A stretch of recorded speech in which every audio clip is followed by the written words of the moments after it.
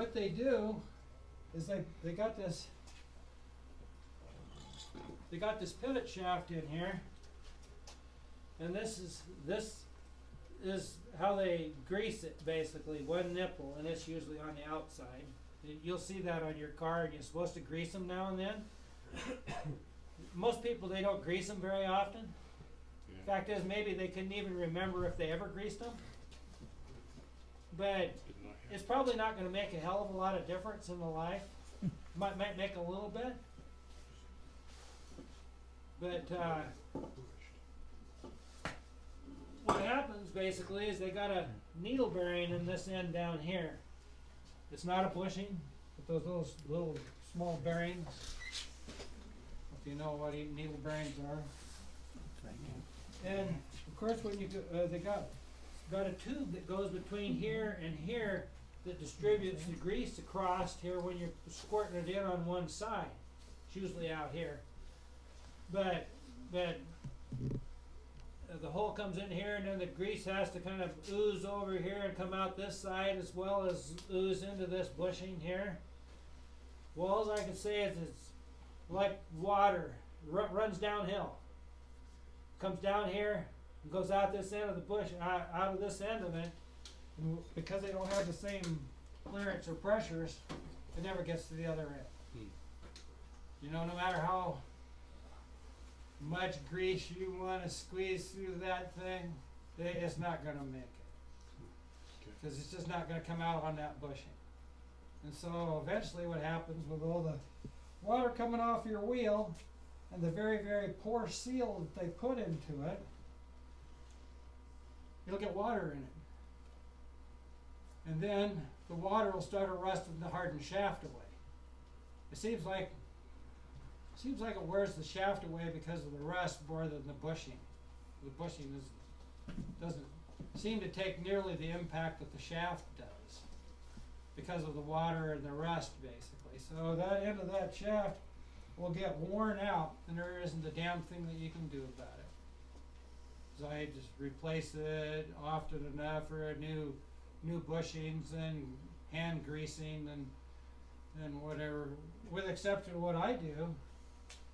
What I do now is instead of putting the usual setup in there, I go back and put a bushing in the other end where the bearing is.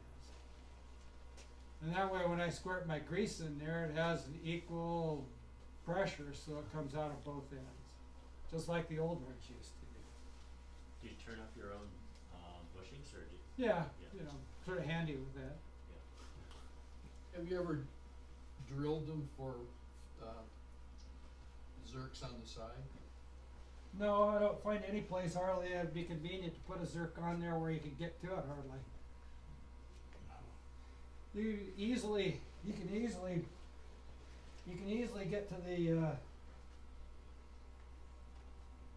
I guess you could probably get to the other end down there, but you know that probably wouldn't hurt if somebody really wanted to do that, to be able to save the problem, other than the fact that I just put the other, what I do is just put bushings in the other end, and that way when you squeeze it, you get the same squeeze.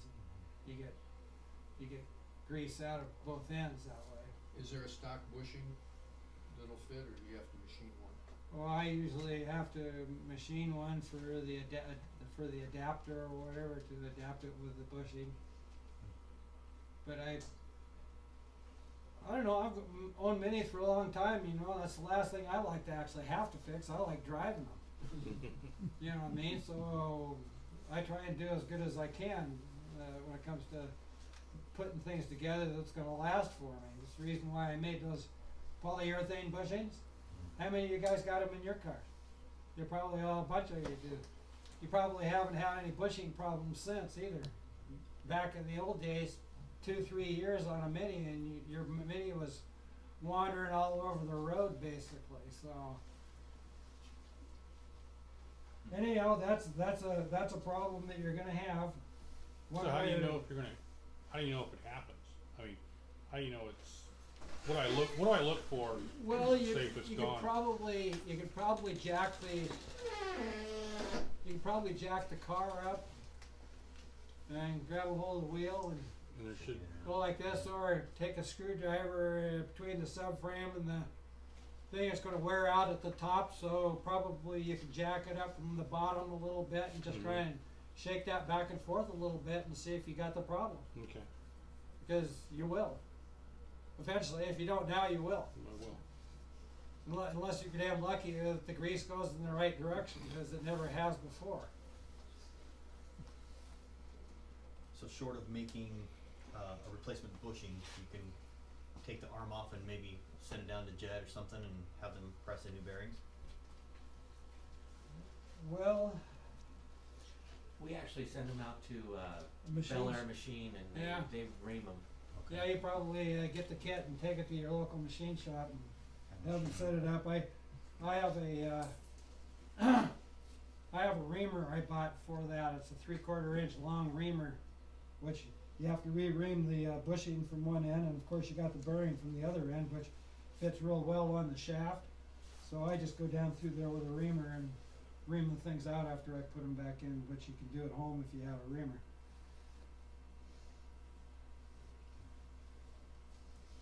But you can press those shafts right out with the right. Yeah, you can usually get them apart. Basically, they're kind of worn out on one end and whatever. They do have a grease distribution tube between the bushing and the bearing. So you gotta actually knock them out going towards the inside. So when you knock the bearing out, it's a bigger hole. Then you can get the bushing out going in that direction. Or you can get through that hole and knock them out in the other direction. Some of the original, I don't know about the later ones, but the original swing arms, they have a metal tube in them, and the ones you get now is a plastic tube to put back into them.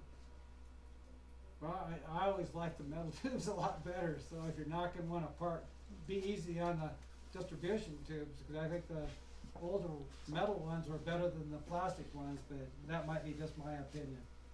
Other than that, nah, it's not a good thing. So then we got another little item on the other side of this little plastic cup here. That's the suspension cup. And often the little booties, seals that go over these, will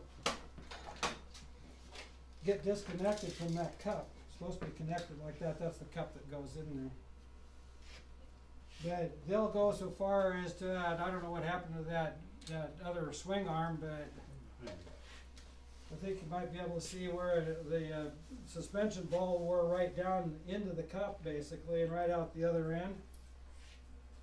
So your car will get lower and lower. A half inch of movement in that area right there is the difference between being full high and full low. Half inch. So if you wear a 1/4 inch, you're going to lose half your suspension. Quite often those rubber boots will get disconnected from the back end. Constantly you'll have rear brake cylinder leakage problems. You don't use your car very often. It's almost better off to use them than not. Or if you let them sit and stuff like that, it just seems like once a year or once every couple of years or whatever, you'll find the rear cylinders either stuck or leaking or whatever. So there's a real maintenance problem trying to just keep up with your brakes.